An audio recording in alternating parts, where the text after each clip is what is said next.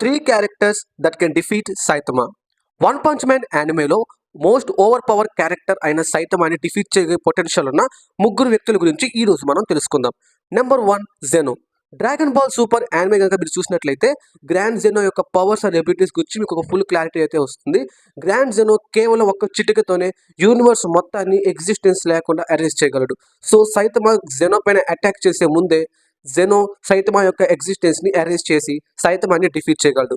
And number 2 Anos Voldigoad. Misfit of the demon king academy యొక్క main protagonist అయిన Anos Voldigoad ఒక demon lord అనమాట. And తనకున్న reality warping, resurrection and complete control over life and death ఎబిలిటీస్తో సైతమాని over power చేసి తనని defeat చేయగలడు. And number 3 the truth. Full metal Alchemist anime కనుక మీరు చూసి ఉంటే ఈ ట్రూత్ గురించి మీకు తెలుస్తుంది.